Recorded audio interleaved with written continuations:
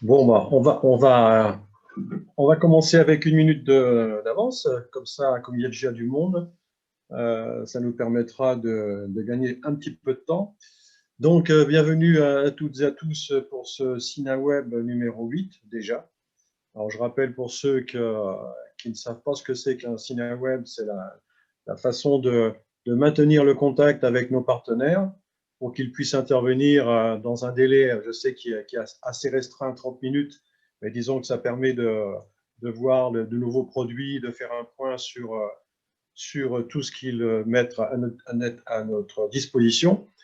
Donc, bienvenue donc aujourd'hui à la société Rockwool avec Colas Lévesque qui est responsable de la prescription nationale. Bonjour Colas. Bonjour Dominique et Et merci pour cette Julien, voilà, invitation à participer au SinaWeb. voilà, merci.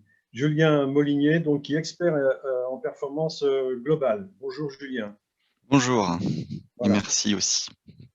Donc les thèmes qui vont être abordés aujourd'hui, donc bien entendu, c'est la RE 2020, qu'on appellera peut-être la RE 2021 ou 2022. Voire 22, oui. Et le bilan carbone et les solutions en matière donc avec la laine de roche. Donc vous avez la parole. Je ne sais pas qui commence maintenant à Oui. vous d'animer ce SinaWeb. Merci. Merci beaucoup Dominique. Effectivement, je vais commencer à introduire le sujet. Julien vous présentera un peu plus en détail les évolutions attendues dans le cadre de la RE 2020, ainsi que tous les retours d'expérience qu'on peut avoir sur le bilan carbone des solutions en laine de roche. Voilà, mais pour commencer donc ce SinaWeb, je vous propose tout d'abord une rapide présentation du groupe Rockwool, puisque le groupe Rockwool donc aujourd'hui compte un peu plus de 11 000 salariés dans le monde, donc on a une présence internationale. C'est à l'origine un groupe danois qui a été créé dans les années 30 par deux ingénieurs qui ont finalement créé le matériau laine de roche et qui a pu après se développer au gré des différentes réglementations thermiques. Voilà, donc cette famille fondatrice, alors on est toujours détenu majoritairement par cette famille fondatrice, hein, donc on est un industriel indépendant qui a mis en place une fondation également qui œuvre pour différentes actions sociales un peu partout dans le monde, et c'est près d'un quart des dividendes du groupe qui chaque année sont reversés à cette fondation. On a également au sein du groupe Rockwool une vraie volonté de produire localement, hein, ça fait partie de la stratégie des fondateurs du groupe. Et si bien qu'en France, on a une usine qui approvisionne le marché français, qui est située, certains d'entre vous le savent peut-être, hein, qui est située dans le Massif central, à Saint-Éloi-les-Mines. On est à 1 heure au nord de Clermont-Ferrand, et c'est dans cette usine que sont fabriqués l'essentiel des produits qui sont vendus sur le marché français. Une usine donc, qui a différentes certifications, des certifications de système de management, qualité, sécurité, environnement, donc c'est 9001, 14001, 18001, et également une certification du système de management de l'énergie, c'est-à-dire nos propres consommations énergétiques, comment on s'engage dans des dynamiques de réduction drastique de l'énergie consommée dans notre process. La semaine dernière, donc c'est tout nouveau, on a eu un prix au Danemark comme étant l'entreprise qui a le plus décarboné son process de production, puisqu'on a pu faire des changements sur nos unités de production, et l'énergie qui est consommée là-bas, au Danemark, est essentiellement issue du biométhane. Voilà, donc en France, on a encore différentes énergies qui sont utilisées, mais on continue à travailler pour optimiser tout ça. Et on a également une reconnaissance au titre de la responsabilité sociétale des entreprises, la RSE, et c'est le certificateur EcoVadis qui nous audite chaque année pour nous délivrer ce label. Voilà, donc Rockwool en France, c'est un peu c'est autour de 900 personnes, dont 800 à l'usine, et c'est 3 lignes de fabrication. Alors le groupe Rockwool est composé de différentes marques.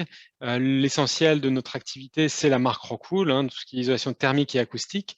mais on est également présent dans le monde du bâtiment au titre des marques Roquefort pour tout ce qui est dalles de plafond acoustique et de la marque Rockpanel que certains d'entre vous connaissent peut-être, qui fait des panneaux de bardage. Donc c'est des produits vraiment de protection de la façade et d'esthétique de la façade. Le point commun entre ces différentes marques, c'est le matériau laine de roche, hein, qui est comment dire, le maillon central et voilà, l'élément qui nous rassemble tous. On a également deux autres marques qui sortent du domaine du bâtiment, je les cite quand même pour information. Grodan, c'est du substrat horticole, donc pour faire de la culture de différentes plantes, où la laine de roche vient remplacer la terre et permet d'optimiser les rendements de ces cultures.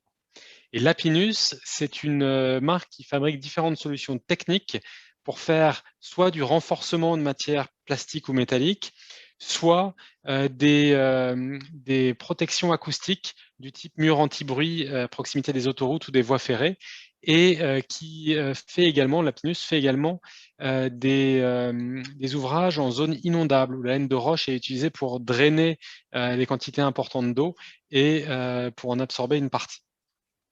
Voilà, donc ça c'est tout l'univers Rockwool avec encore une fois comme point commun la laine de roche qui est le matériau sur lequel on s'est toujours concentré, c'est-à-dire qu'on n'a pas développé d'autres types de matériaux au sein du groupe Rockwool parce qu'on est convaincu que la laine de roche va apporter le meilleur compromis dans les différentes performances qui peuvent être attendues par un isolant. Et donc c'est ce qui est récapitulé ici dans cette thématique, dans cette illustration, les 7 forces de la roche. Le premier point, c'est la performance au feu. La laine de roche est connue pour sa performance très importante au feu. Il faut avoir en tête que la laine de roche, comme son nom l'indique, provient de la roche, une roche volcanique. Et donc, on garde les caractéristiques, si vous voulez, de cette matière première qui est la roche volcanique. Donc, très performant au feu. C'est la laine de roche qui va permettre d'apporter des degrés coupe-feu 120, 180 ou 240 minutes selon les types d'applications. Et c'est vraiment une force majeure de ce produit. Après, d'un point de vue thermique, on a de bonnes performances. On ne va pas être systématiquement les meilleurs d'un point de vue thermique. Néanmoins, on arrive à des lambda de 0,032, donc équivalent à ce qui se fait en laine de verre, et qui permet de répondre à tout type de problématiques, y compris, on le verra tout à l'heure, aux problématiques liées à la RE 2020. Performance acoustique, là on va retrouver des valeurs exemplaires pour la laine de roche, puisqu'on a de très bonnes qualités d'absorption et d'affaiblissement. Donc ça aussi c'est un des éléments différenciants principaux de la laine de roche, aussi bien que le feu, l'acoustique. On a vraiment des solutions extrêmement performantes et on retrouve nos produits dans la plupart même, des salles de concert ou des salles de spectacle. La durabilité est également un élément clé. Alors quand on se rappelle qu'on vient de la roche, durabilité, la tenue dans le temps, le fait qu'on ait un matériau inerte qui ne bouge pas, on comprend bien pourquoi on va apporter une excellente durabilité. C'est également la densité de nos produits qui fait qu'on a cette très bonne tenue dans le temps. On est sur des produits globalement plus denses que nos concurrents et ça va conférer une performance mécanique supérieure et qui va très bien durer dans le temps. La durabilité, elle est vraie donc pour la partie mécanique, mais aussi pour la partie thermique. Une laine de roche, son lambda ne va pas décroître dans le temps. Donc là aussi, c'est un élément clé. Et si le lambda ne se dégrade pas dans le temps, finalement, c'est aussi lié au comportement à l'eau de la laine de roche. Et là aussi, c'est un élément clé, notamment quand on est sur des applications en façade. Une laine de roche qui prend l'eau, qui prend une intempérie, ne va pas être dégradée, l'eau ne va pas pénétrer à l'intérieur du panneau isolant. Et donc, les poches d'air, finalement, la thermique de la laine de roche, c'est ça, c'est des poches d'air à l'intérieur du matelas isolant. Ces poches d'air vont rester, l'air va rester sec, et c'est ce qui va permettre de conserver toute sa performance. Nous avons également un matériau qui est recyclable à l'infini. Donc ça, je vous présenterai en fin de SinaWeb les services de recyclage qu'on a pu lancer sur le marché. Voilà. Et la dernière force que j'ai sautée dans mon tour d'horizon des forces, c'est la partie esthétique. Alors, c'est pas la laine de roche en soi qui est esthétique, hein, on est bien d'accord. Néanmoins, on fait notamment à travers le produit Rockpanel des panneaux de façade. Donc, on utilise le support laine de roche sur lequel on vient appliquer une peinture et vous avez toutes les teintes possibles et imaginables, ainsi que tous les effets matière, que ce soit pierre, bois. Donc, on a vraiment des panneaux qui ressemblent à des panneaux bois, mais en ayant des caractéristiques de tenue dans le temps, de tenue de la teinte excellente. Voilà, donc ça c'est pour le volet acoustique. Voilà, donc c'était juste un petit panorama rapide pour vous montrer ces différentes caractéristiques. Et avant de laisser la parole à Julien pour nous parler plus de réglementation et de technique et de bilan carbone, je voulais également faire un petit point donc, sur ce matériau. Hein, comme je disais, c'est une matière minérale qui vient de la roche, si bien qu'en fait, dans un panneau de laine de roche, c'est 97% de matière minérale que vous avez. Hein, on est un matériau géosourcé et d'une ressource qui est disponible en très grande quantité partout sur la planète. Ça aussi, c'est important de l'avoir en tête à une époque où on se soucie de ne pas trop prélever de ressources sur notre planète. Là, sachez que le basalte, qui est la matière principale, la matière minérale principale de la laine de roche, le basalte existe en très très grande quantité partout sur Terre. Il n'y a pas besoin de creuser profondément pour avoir un gisement de basalte abondant. En plus, on fait travailler tout un écosystème local. Donc notre usine, on l'a dit, est à Saint-Éloi-les-Mines, qui est une sorte qui est vraiment au centre géographique de la France, si on veut. Et les carrières d'extraction de basalte, nos fournisseurs de basalte, si vous voulez, sont situés également dans une très forte proximité. Voilà, donc une matière disponible et locale.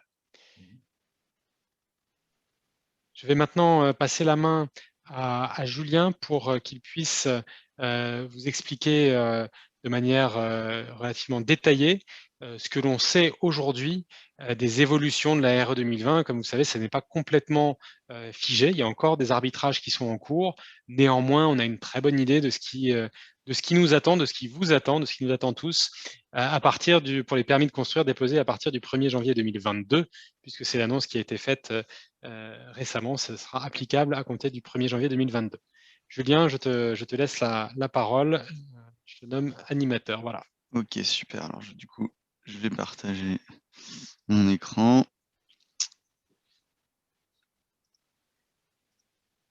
C'est parti. Alors, ok. Donc, c'est bon pour la transition, Cola, tu confirmes? Très bien. Oui, bien, ok.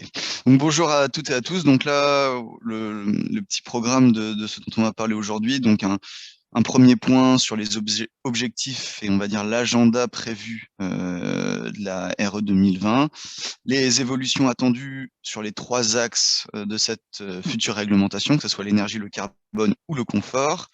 Ensuite, ce que Rockwool fait, met à disposition et ses éléments de réponse sur les questions de bilan carbone. Et ensuite, on reviendra un petit peu sur le recyclage dont Nicolas a commencé à faire une introduction. Pour la partie objectifs et agenda, alors je rappelle toujours les 3 objectifs essentiels qui étaient présents dans le dernier communiqué de presse du ministère de la Transition écologique. Donc des bâtiments qui consomment moins et utilisent des énergies moins carbonées, c'est un premier objectif, donc plus sur l'énergie cette fois. L'objectif 2, ménager une transition progressive vers des constructions bas carbone, sur la diversité des méthodes constructives et la mixité des matériaux. Donc là, on est plutôt sur l'aspect, on va dire, matériaux de construction et bilan carbone. Et la partie 3, qui était depuis longtemps décriée par pas mal de bureaux d'études sur la question du confort, avec des bâtiments plus agréables en cas de forte chaleur et un nouvel indicateur attendu. Sur cet agenda, donc on voit initialement on attendait 2 parties pour la RE 2020, une partie logement, on va dire logement individuel, collectif, bureau et enseignement, et ensuite une partie, on va dire tertiaire, spécifique, souvent on l'appelle comme ça. En fait, cette première partie va être divisée en deux, la partie logement individuel collectif et la partie bureau enseignement. C'est pour ça que je me suis permis de rajouter une colonne partie 1 bis. Donc pour la partie 1, effectivement, alors les projets de décret sont déjà parus. On attend la parution officielle du décret, enfin des arrêtés notamment. Le moteur de calcul, lui, il est attendu pour avril. Une fois que les arrêtés seront parus, que les textes officialisés, bah, les éditeurs de logiciels pourront se mettre à réaliser, enfin, à inclure ce moteur de calcul dans leur logiciel, et il devrait être disponible à partir de avril. Bon, ça pourrait être mai, mais en tous les cas, l'objectif principal, c'était avril. Pour une application, donc non pas en juillet 2021, comme le disait Colas, mais bien au 1er janvier 2022. Pour la deuxième partie de cette première phase, de cette première partie, bon là on attend aussi les projets et décrets devraient suivre. C'est d'abord un objectif de se concentrer sur les logements avant, pour ensuite ouvrir sur les bureaux enseignement, et une application attendue dans les 6 mois qui suivent la première phase des logements. Donc là on n'a pas de date, mais on s'attend à quelque chose sous voilà, environ 6 mois. Et ensuite, la partie 2, là, on s'attend à quelque chose. Donc, là, quand je parle du tertiaire spécifique, c'est tout ce qui va être commerce, gymnase, restaurant, hôtel, EHPAD, enfin, tous les bâtiments qui ont des scénarios d'occupation, des ratios, enfin, des puissances utiles sur différents, en termes d'émissions de chaleur ou notamment pour le confort sur différents sujets, voilà, les scénarios notamment, tous ces bâtiments vont être, on va dire, étudiés à la loupe. Il y a déjà un appel à projet sur ce sujet et des bureaux d'études qui vont se lancer dans les calculs pour analyser les premières modélisations. Mais le but est d'avoir ensuite un projet, un décret qui suivra. On n'a pas de date encore, mais on s'attend encore à une application de 6 à 12 mois, suivant la première application, donc celle du 1er janvier 2022. Donc potentiellement fin 2022, voire 1er janvier 2023. Les évolutions attendues, alors la première des évolutions qui touche un peu tous les sujets dont je veux parler, que ce soit l'énergie, le carbone ou le confort, c'est des évolutions de données météo. Donc elles, je souhaitais les traiter avant. Voilà, on sera plus, par exemple, pour certaines zones, Nice, la station météo de Nice pour la zone H3 devient celle de Marignane et la station météo de La Rochelle devient celle de Tours. Les données météo sont mises à jour. Donc en termes de besoin de chauffage, il pourrait y avoir une petite évolution, un peu plus de besoin, des degrés jour unitaire de l'ordre de 5, plus 5%. Donc voilà, une petite influence sur les climats. Et il y a d'autres sujets sur le climat dont je reviendrai après, plutôt sur la partie propre au confort. Encore dans les hypothèses, les suppressions des vacances de Noël, là notamment pour le logement, et la diminution des besoins hebdomadaires de CS, toujours pour le logement, mais on s'attend à quelque chose d'à peu près moins 27%. Ça, c'était une étude réalisée par le bureau d'études Pouget Consultant. Pour la partie énergie, alors en rouge, je mets ce qui existait déjà, en gris, ce qui serait nouveau et ce qui a été retenu ou non. Parce que c'est vrai que donc on avait déjà le BBO et le CEP avec la RT 2012. On se posait la question du bilan BIPOS, un bilan global énergétique du bâtiment. C'était le cas dans E+, C-, c'était une exigence et ça ne sera pas maintenu. Par contre, on a un CEP non renouvelable spécifique, alors qui fait un petit peu opposition notamment à des solutions 100% effet Joule énergétique. Ça permet aussi un garde-fou dans ce sens-là. Donc ça sera une exigence complémentaire. Et il y avait une partie sur le ratio de chaleur renouvelable, ça qui ne serait pas gardé non plus, mais qui était étudié dans les premières moutures. Donc pour l'instant, 3 indicateurs essentiels, le BBO, le CEP et le CEP non renouvelable, avec une baisse d'objectif aussi sur le BBO qui est attendu de l'ordre de moins 20 à moins 30%, par rapport à l'actuel notamment. Pour l'énergie, donc on reste toujours sur 5 usages. Les 5 usages connus avec des petites modifications, je reviendrai dessus juste après. Les surfaces de référence évoluent. On passe pour de la CHAB en résidentiel et de la surface utile en tertiaire. Ça, c'est vrai pour l'énergie comme pour le confort. Alors, sur l'énergie, il y a un besoin de froid fictif, on est nommé BFR, qui dépend de l'inconfort. Alors ça, c'est un besoin donc, qui ne représente pas les besoins réels du bâtiment, mais qui est pour anticiper un risque d'inconfort et la potentielle utilisation de climatisation, on va dire, installée a posteriori de l'étude RE 2020. Donc un bâtiment qui serait neuf, on estime que dans ces zones d'inconfort, le particulier, par exemple dans le cas d'un logement, pourrait souhaiter à terme installer un système de froid, de climatisation, et ça serait on va dire, pris en compte en amont dans l'étude si on n'a pas suffisamment de confort. Donc l'analyse, donc toujours le CEPNR, je disais, complémentaire au CEP. Sur les 5 usages, une petite modification de la prise en compte des consommations de ventilation et d'électricité des communs et des parkings. Donc ça, c'est quelque chose. Avant, les communs étaient plutôt oubliés vis-à-vis de la RT 2012. En RE 2020, ils seraient pris en compte, ainsi que les consommations, donc là plutôt forfaitaires, des ascenseurs et des escalators. Tout ce qui était consommation des équipements électroménagers dans E+C- n'a pas été maintenu. Des scénarios des données météo mises à jour et des évolutions de la prise en compte de la production d'électricité PV dans le bâtiment. Alors ça, c'est un point essentiel qui est encore en débat. On a eu plusieurs retours, mais c'est vrai qu'il y aurait un coefficient qui serait pris à un coefficient d'énergie primaire de 1, parfois un 2 de 30, parce qu'on quitterait le 2,58. C'est le deuxième sujet sur l'électricité. On passerait d'un coefficient d'énergie primaire de 2,58 à 2,30. Et donc, ça aurait aussi un impact sur la prise en compte du PV solaire, notamment avec une première production solaire qui serait prise en compte à un ratio de 2,30 et ensuite, au-delà d'un certain seuil, qui serait prise ensuite à un ratio de 1. Et donc là, le coefficient d'énergie primaire dont je parlais. Donc, tous ces éléments vont venir modifier les résultats. On ne pourra pas comparer en termes de kilowattheure d'énergie primaire directement la RT 2012 et la RE 2020. En tout cas, on sait qu'elle est plus performantielle et globalement, dans l'état actuel de ce qui a été défini, un bâtiment qui serait... alors pour situer le BBio, parce qu'on a plus de vision là-dessus, mais un BBio 90 serait équivalent maintenant de nos jours à un BBio 60. Donc en fait, on serait sur quelque chose de plus performant en termes de chiffres, le rapport n'étant pas le même. Des données de CEP attendues et notamment une performance sur le BBio global de moins 30%. Donc là, il y a pas mal de modulations. Sur ces modulations, il y a aussi des ratios de compacité qui ont été inclus, notamment suite à l'information de la réduction du BBio de 30%. Donc, typiquement, pour le petit collectif, on ne serait pas à BBio moins 30%, mais plutôt à quelque chose autour de 20%. Pour le confort, donc bon, ça, cette fois, un sujet qui a été, donc, je disais, longtemps décrié par les bureaux d'études. On passe sur quelque chose de nouveau. Alors, donc, il va falloir tester. Il y a déjà eu des modélisations de fait, mais on parlerait de degrés-heure par rapport à une température adaptative. C'est-à-dire qu'il n'y a plus une température fixe, une température de confort qui varierait globalement entre 26 et 28, voire 30 degrés. Donc ça serait donc un seuil de confort qui dépendrait de la température des derniers jours, donc qui se baserait là-dessus. Et ensuite, on calculerait le nombre de degrés-heure au-dessus de cette courbe de confort à chaque fois qu'on la dépasse. Donc ça vient à un moment, on entendait parler de la DIES qui était statistique en pourcentage et qui était un peu compliqué à appréhender. Les degrés-heure sont plutôt connus vis-à-vis des certifications environnementales depuis une quinzaine d'années.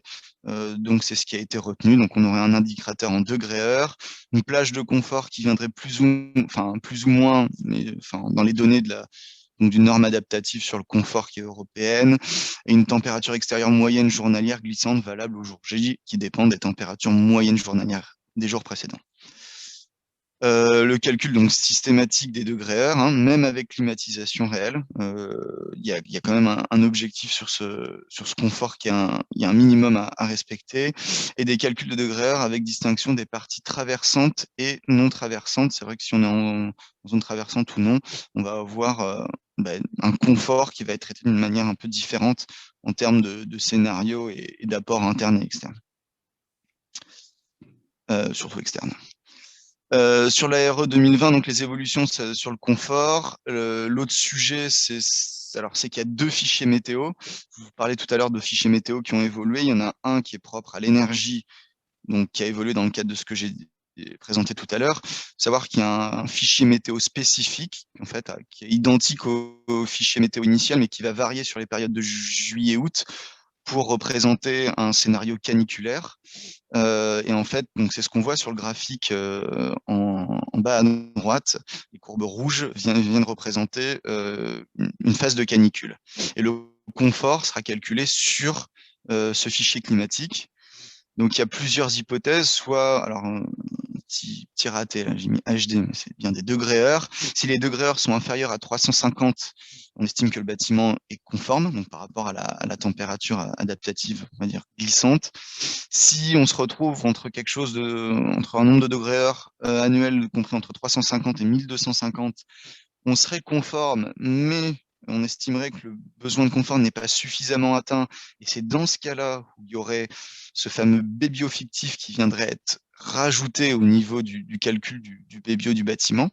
Donc là, on serait un peu pénalisé sur le bébio. L'objectif étant donc d'obliger ou de forcer dans ce type de cas de niveau de confort, de forcer un peu on va dire l'architecture bioclimatique du bâtiment pour la pousser vers quelque chose d'un peu plus performant. Donc voilà, ce bébio qui vient pénaliser viendra pousser un peu la réflexion à l'échelle du bâtiment et de l'enveloppe. Et ensuite, si on est au-dessus de 2250, là, on est complètement non conforme et donc on doit revoir sa méthode de calcul et ses hypothèses, voilà, son projet en tout cas. Voilà. Et les besoins fictifs en froid augmentent donc le bébio, cette fois sur le fichier non caniculaire. C'est la petite distinction. C'est que le confort se calcule sur le caniculaire, mais le bébio froid sur le non caniculaire.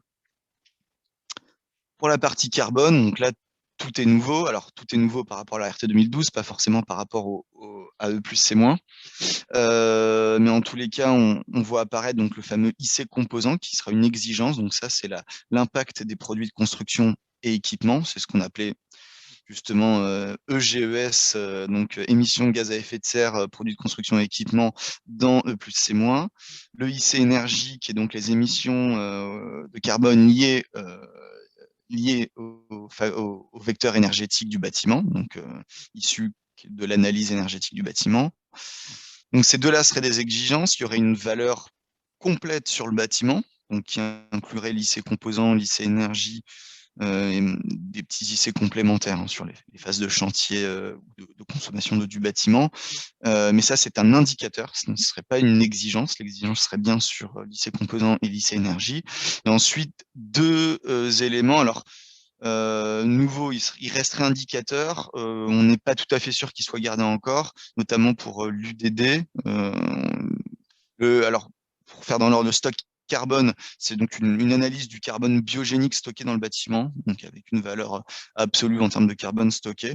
Ça serait un indicateur. Il y aurait aussi l'UDD, en gros, c'est le niveau de complétude de l'étude carbone sur les produits de construction et équipement notamment, donc le IC composant.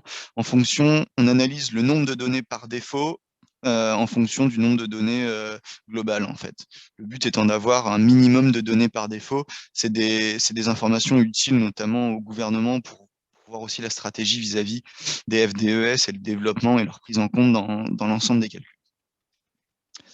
Hop, alors petit bug d'affichage, je reprends ça. Donc sur le parti carbone, donc on est basé sur une norme européenne donc qui est plutôt claire sur l'analyse de cycle de vie du bâtiment. Donc ça c'est à l'échelle bâtiment. Elle se base ensuite sur les données individuelles de chaque produit à partir des FDES. Elle est composée de 4 contributeurs: produits de construction et équipement, consommation d'énergie, je mets en gras les deux essentiels, consommation et rejet d'eau et les consommations du chantier. Les surfaces de référence, comme je l'avais dit, cette fois on a une surface de plancher qui n'est plus, c'est plus la référence comme c'était le cas dans le plus c'est moins, mais on reste sur une chape en résidentiel, une surface utile en tertiaire. Le vecteur énergie sur la partie carbone est fortement valorisé dans le cas de l'électricité. Alors le gaz descend un tout petit peu, mais c'est pouillème. Clairement, c'est pas ce qui va le valoriser dans cette RE 2020, mais la partie électricité, elle descend de l'ordre de 70%. De mémoire, on tombe de, voilà, c'est 210 grammes CO2 par kilowattheure à 79. Donc une forte baisse du ratio énergétique électricité, en tout cas sur l'impact carbone. Alors une méthode dynamique qui a été pas mal décriée, qui a été proposée puis remise en question par le CSC2E dans la dernière allocution du ministère de la Transition énergétique. La CV dynamique a été validée. Pour le moment, il n'y a pas de consensus scientifique et comme je dis sur ce sujet, on est en attente des textes voilà, pour une validation officielle. Ça pose aussi éventuellement des problèmes au niveau normatif avec l'Europe. Donc, il y a pas mal de sujets sur cette méthode dynamique. Voilà. Donc, un peu le débat du moment. Sur les seuils IC composants logement, alors là, c'est vraiment pour la partie logement. Il y aurait une autorisation de dépassement supplémentaire en fonction de l'impact du lot 2. Alors, je vais revenir juste après sur le lot 2, qui est le lot fondation et infrastructure qu'on voit ici. Hein. Je remets les lots rapidement. Et ensuite, un seuil variable en fonction de la CHAB. Donc, encore une fois, c'est un peu dans le même logique qu'il y a un facteur de pondération pour la partie énergétique sur les maisons individuelles en RT 2012 en fonction de sa surface. Là aussi, il y aurait un petit facteur pour voilà, pour pas venir pénaliser trop les petits bâtiments, puisqu'en fait, c'est un rapport de matériaux de construction utilisé par rapport à la surface, la CHAB ou la surface utile. Donc, il y a un peu cette réflexion, il y a un petit facteur qui vient faciliter le cas pour les petits bâtiments, que ce soit du petit individuel ou du petit collectif. Sur les seuils annoncés, bon, on a une variation de 2022 à 2031. C'est pas 2030, mais 2031, hein, sur la partie produits de construction et équipement. Pour la partie énergie, là, on a deux seuils. Un pour la maison individuelle qui clairement sort les solutions gaz. Un pour le logement collectif qui ne sort, pour l'instant, en tous les cas, sur les premiers seuils, qui ne sort pas totalement le gaz, ou du moins on ne s'attend pas à avoir des solutions 100% gaz, mais on pourrait s'attendre à des solutions à point gaz, notamment.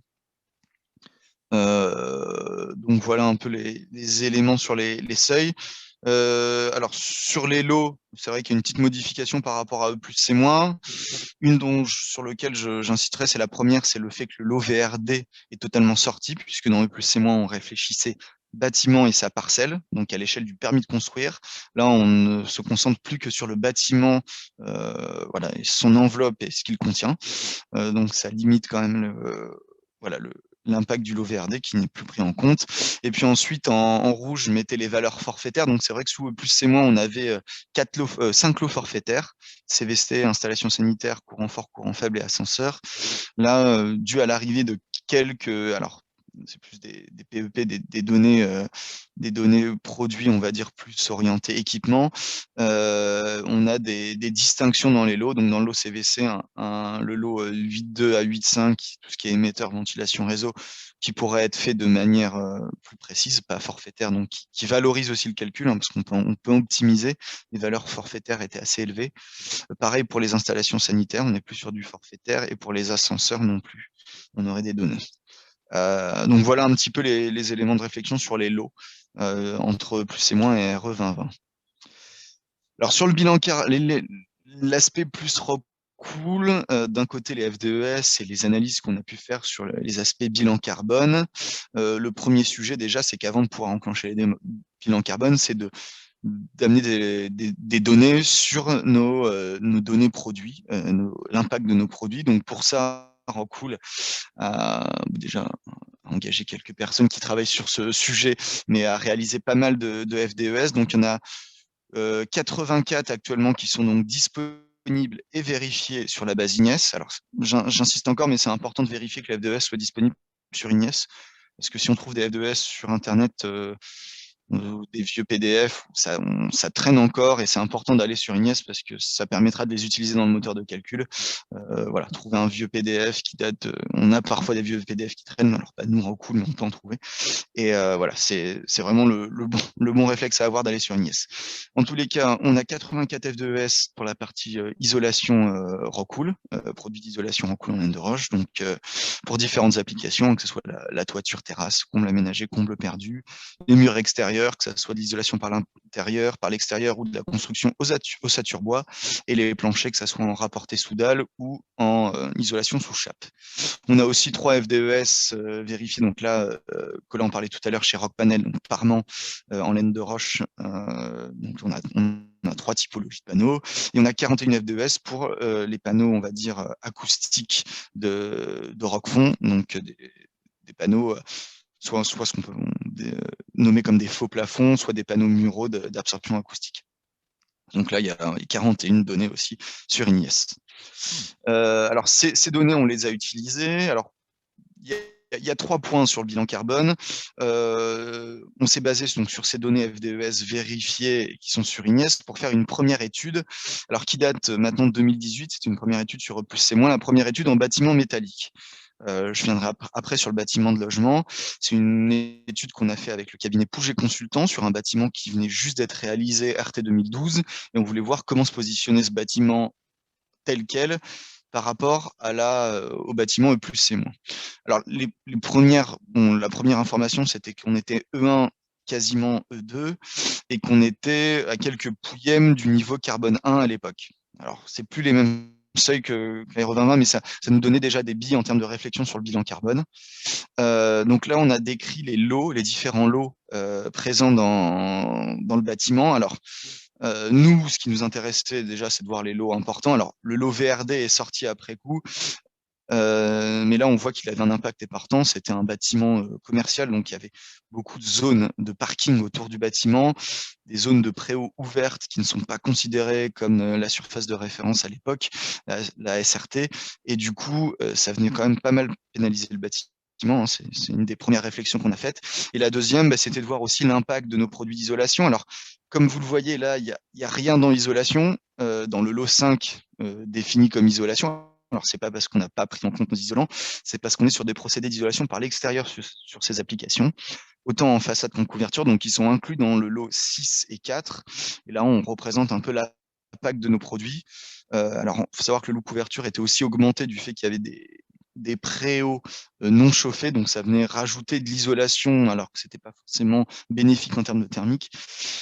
Tout ça pour dire qu'on avait une valeur à l'échelle du projet du lot isolation qui était inférieure à 2,3%.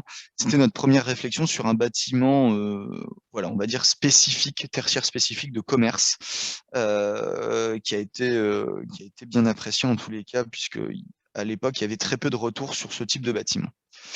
Ensuite, alors là, c'est plus par rapport aux dernières valeurs qui ont été annoncées. C'est pas une étude en soi, mais on a voulu un peu se concentrer. Alors, je mets un peu tout le détail du raisonnement qu'on a fait, mais faire un peu un exercice, on va dire, un petit exercice de réflexion sur l'impact de nos produits à l'échelle d'un bâtiment. On a imaginé un petit collectif, donc de 18 mètres sur 10 en termes d'emprise au sol, de R+4. Voilà, donc on a un peu défini différents facteurs, et puis on a supposé une surface, une chab estimée à environ 80% de la chaune, et puis une surface vitrée d'environ 20% sur les façades, pour en fait représenter un peu l'impact, estimer le volume d'isolant sur ce bâtiment, et ensuite, à partir de la base INIES, l'impact des produits de construction. Donc pour nos isolants, on a supposé, alors on est allé plutôt dans le haut du panier en termes de performance thermique, on va dire. Effectivement, donc on a pris de la Jetrock 2, donc soufflé dans les comples perdus à 535 mm, ça commence à faire une belle épaisseur, c'est une résistance thermique de 12, c'est plutôt de la haute performance. En Ecorock Duo, on est parti sur du 200 mm. On peut aller au-delà, on est resté sur du 200 mm. On sait que globalement, on est plutôt sur des épaisseurs en neuf, il n'y en a pas tellement, mais en neuf, on est plutôt sur du 120, en rénovation, 130, 140. Donc on se retrouve plutôt voilà, bien au-dessus du niveau de performance qu'on voit actuellement, en tous les cas, nous, en termes de vente actuelle dans nos chiffres. Et puis sur le Roquefort REI 120 RSD, donc rapporté sous dalle, on est parti sur une résistance thermique de 8,7, 300 mm, ce qui est beaucoup aussi. Donc là, on a un bâtiment très performant en termes d'isolation. Et malgré ça, en prenant ces valeurs, ce qu'on voyait sur les différents seuils, ce que j'affiche en bas, c'est que l'isolant, alors forcément, son impact va monter dans le temps au fur et à mesure que les seuils vont réduire. Alors ça prend en compte surtout à ce jour où en 2022, on sait qu'on serait à un seuil de 2,5 sur un bâtiment très isolé. de manière réaliste, on serait probablement à des valeurs plutôt comprises entre 1 et 2, parce qu'on est sur de la très forte performance, et 1 et 2%. Pour les autres valeurs, on ne prend pas en compte les améliorations dont on parlait qui sont prévues au niveau de nos usines, et voilà, qui permettront aussi d'abaisser le bilan carbone de nos produits. Donc, il y a plusieurs éléments de réflexion. Là, en tous les cas, en l'état actuel des choses, figées telles quelles, voilà à peu près ce à quoi on s'attend en termes d'impact à l'échelle du bâtiment, ce qui est plutôt limité.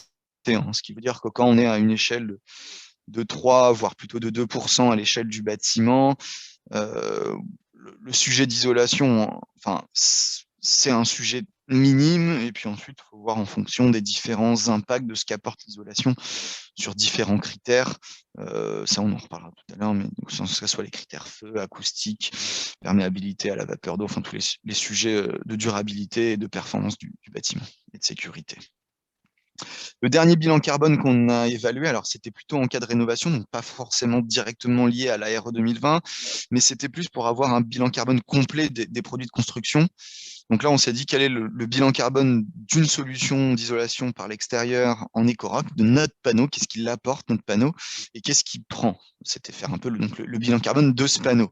Donc en fait, on a fait une étude selon un moteur de calcul qui est fait plutôt pour la rénovation, THCX, donc un bâtiment de 60 logements. On a étudié différents niveaux d'isolation, que ce soit de 100 à 240 mm, et 3 climats étudiés en France. Donc ça allait de la zone H3 à la zone H1A, en passant par la zone, je crois que c'était H2B. Donc voilà, du sud de la France au nord, en passant par une zone plus, voilà, on va dire océanique, je crois que c'était vers Bordeaux.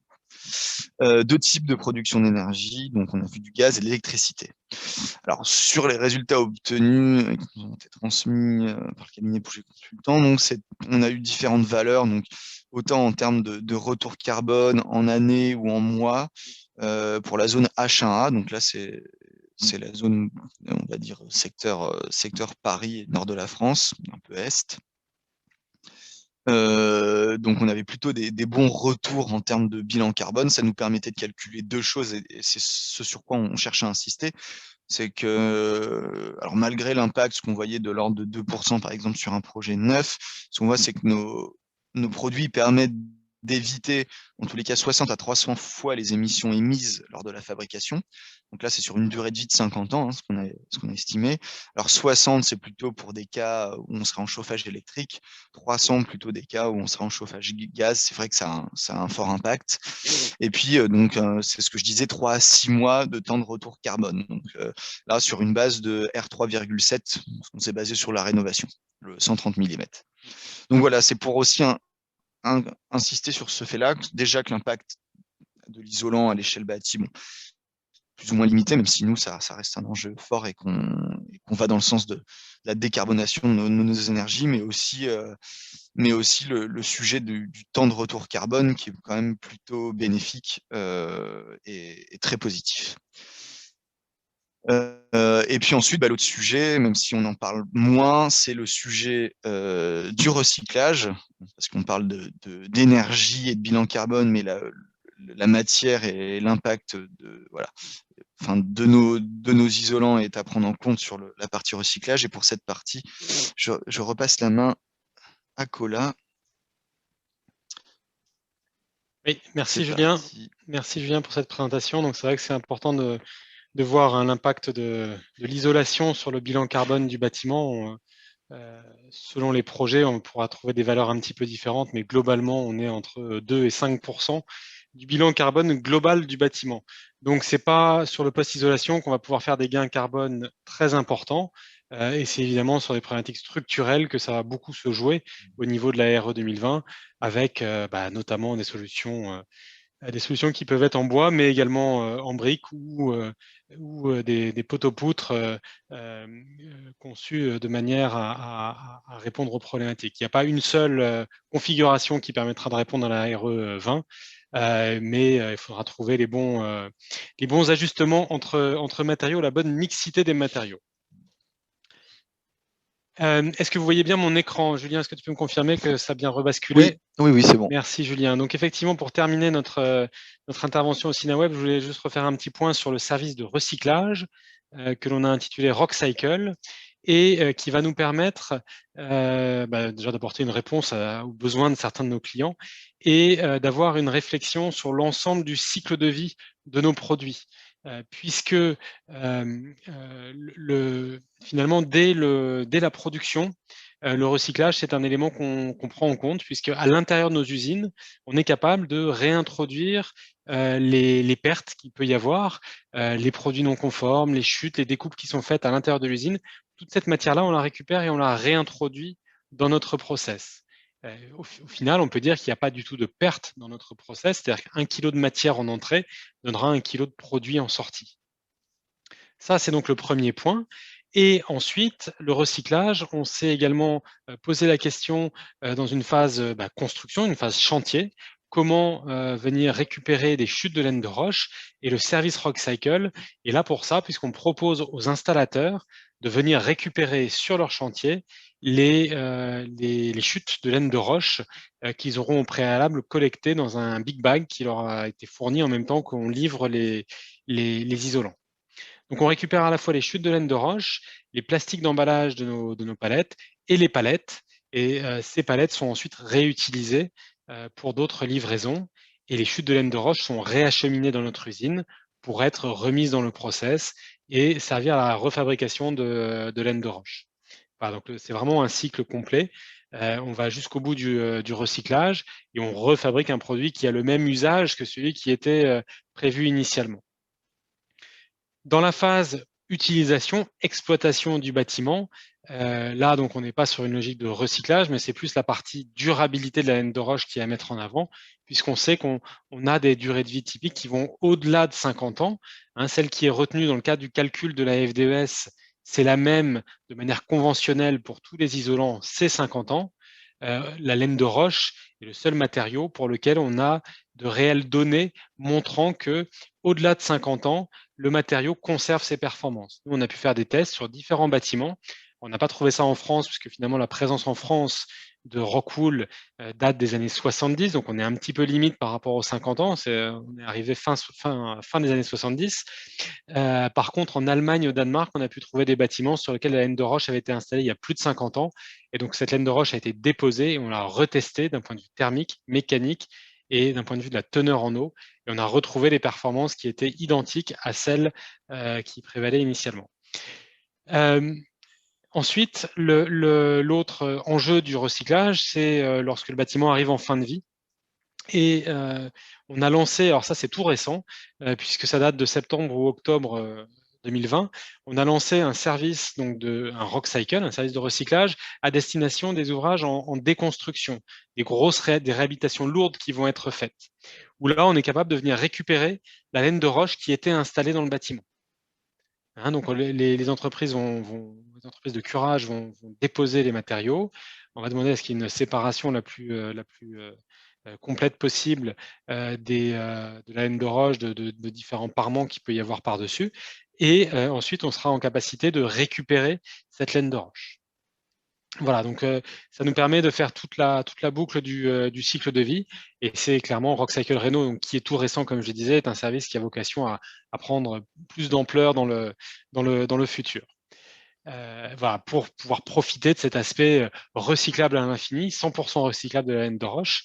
Et ça nous permettra également d'augmenter le taux de matière recyclée dans nos panneaux. Et sachez qu'il est déjà aujourd'hui très important, puisque une laine de roche qui sort de notre usine incorpore déjà 54% de contenu recyclé. Et là, c'est essentiellement des contenus donc minéraux qui sont intégrés dans cette laine de roche. Et aujourd'hui, on est déjà à 54%. Voilà, donc ça, c'est un peu plus de détails sur le service Rockcycle. Vous aurez les slides qu'on vous présente, hein, on pourra vous les transmettre. Donc, on vient prendre donc, les chutes de laine de roche, les plastiques d'emballage des palettes, ainsi que les palettes qui sont réutilisées par la suite. Avec un peu de détails sur le process Rockcycle. Voilà, donc on peut dire qu'aujourd'hui, on est prêt pour la RE 2020, de par ce service de recyclage, de par les FDES dont Julien vous a parlé, de par le fait que les solutions Rockwool vont permettre d'apporter des réponses d'un point de vue des exigences énergétiques sur la RE 2020. On sait que les épaisseurs d'isolation vont légèrement augmenter. Donc voilà, donc on a des solutions pour répondre à tout ça. Et c'est schématisé ici. Là, on a finalement des solutions pour tout type de bâtiment, hein, aussi bien tout ce qui est bâtiment métallique, bâtiment industriel, logistique, mais également tout ce qui est bureau et ERP, et sur toute la partie résidentielle, qu'on soit dans le collectif ou en maison individuelle. Hein, on a des solutions donc à la fois en isolation par l'extérieur, des solutions Rock Façade ou EcoRock. Rock Façade a même il y a eu une nouveauté il y a 1 an et demi, le Rock Façade Premium, où on est en lambda 32 sur un produit de façade. Voilà, on a des solutions également en sous-face de plancher, toutes les gammes Rockfeu. On a des solutions pour les combles perdus avec la laine à souffler, donc Jet Rock 2, ou les rouleaux à dérouler, le roule rock, mais également en combles aménagés, où on a des solutions qui se posent en 2 couches, une couche entre chevrons et une couche en sous-face. Mais on a également, depuis 2 ans à peu près, une solution qui se pose en une seule couche, qui fait à la fois le entre chevrons et qui fait la partie inférieure également, sur un seul et même panneau. Hein, c'est finalement une découpe dans notre panneau qui va permettre d'encastrer les chevrons et de venir s'intercaler, s'insérer entre les 2 chevrons et d'avoir une couche inférieure directement. Donc tout ça, ce sont des innovations qu'on a lancées et qui permettent de répondre avec des performances thermiques extrêmement fortes. Voilà, je ne vais pas vous détailler tous les produits, vous les retrouverez ici, mais voilà, sachez que la gamme est vaste et complète et qu'elle nous permettra de répondre aux exigences de la RE 2020. Maintenant, si vous avez des questions sur ces différents sujets, j'ai remis les 7 forces, mais on en a déjà parlé. Si vous avez des questions sur le sujet, sachez que voilà, vous avez différents interlocuteurs en fonction de votre zone géographique. Vous retrouvez ici toutes leurs coordonnées. Vous avez leur téléphone portable. Les adresses mail sont toutes sur le même format. C'est prénom.nom, le nom tout attaché. Si je prends par exemple Philippe Dessul, Dessul c'est tout attaché, @rockwool.com. Voilà, tous les mails sont sur ce format-là. Et vous pouvez donc nous contacter quand vous avez des questions sur nos produits par rapport à vos projets. Et voilà, donc on vous apportera des réponses sur ces sujets-là. Voilà, bah écoutez, je vous remercie en tout cas pour votre écoute. J'espère qu'on a pu répondre à certaines des questions, même si, et Julien l'a précisé, la RE 2020 n'est pas encore dans une version finalisée. Mais voilà, avec les éléments dont on dispose aujourd'hui, voilà ce que l'on peut dire. Merci beaucoup et on reste complètement à votre disposition. J'en profite pour remercier une nouvelle fois le Cinamom d'avoir organisé ce CinaWeb. Merci à vous deux. Alors, j'ai bien compris que vous êtes prêts pour la RE 2020. À nous aussi d'être prêts, bien entendu, et de suivre, parce que c'est un vaste domaine. Ça me fait un peu penser quand on a découvert la RT 2012, on s'en faisait un an, on n'y arrivera pas et tout, on va nous emmerder et tout ça. Et puis, ça s'est passé. Donc là, on n'a pas parlé du coût financier. Est-ce que ça va entraîner un coût important? Est-ce que vous avez un peu regardé ça? Alors, très sincèrement, on attend le moteur de calcul pour faire plus de simulations. Ouais. On sait que la RE 2020 va avoir une incidence forte sur la structure, hein, puisque c'est là qu'il y a je dirais, le gisement carbone important. Donc plus de bois, oui, ça coûte un petit peu plus cher. Alors là, après, selon les estimations, on est entre plus 10 et plus 15% quand on passe en ossature bois. Néanmoins, c'est aussi des choses voilà, qui deviennent de plus en plus fréquentes. Donc, on peut imaginer aussi que les prix baissent. Alors, quoique actuellement, on voit plutôt une flambée des prix. Hein, donc, c'est pour ça que c'est difficile de répondre à la question. Mais voilà, donc d'un point de vue structurel, oui, on peut imaginer une hausse quand même impactante. D'un point de vue de l'isolation, on peut envisager, oui, une augmentation des épaisseurs qui va de plus 10 à plus 20%. Hein, Julien, tu me ouais, on est dans ces eaux-là, enfin sur la base du Bébio, par moins rapport 30%. au Bébio, ouais. Baby au moins 30, ça veut dire en gros, si on fait vraiment très schématique, hein, il faut réfléchir après au cas par cas, mais très schématique, ça veut dire un isolant plus 10 à plus 20% plus épais. Voilà. D'accord, très bien. Bon, on a dépassé de presque une vingtaine de minutes, mais il fallait vraiment ne rien louper. Ça a été très très bien expliqué.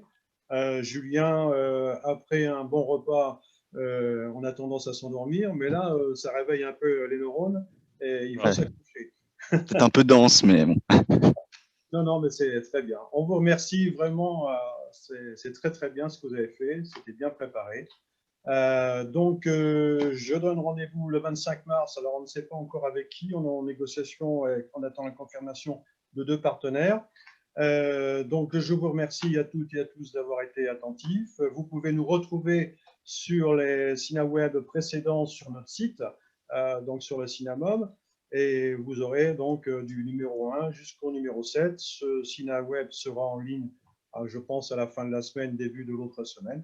Voilà, je vous souhaite une bonne fin de journée à toutes et à tous et au plaisir de vous retrouver. Au revoir. Merci à tous. Merci à tous. Au revoir. Au revoir. Merci, au revoir.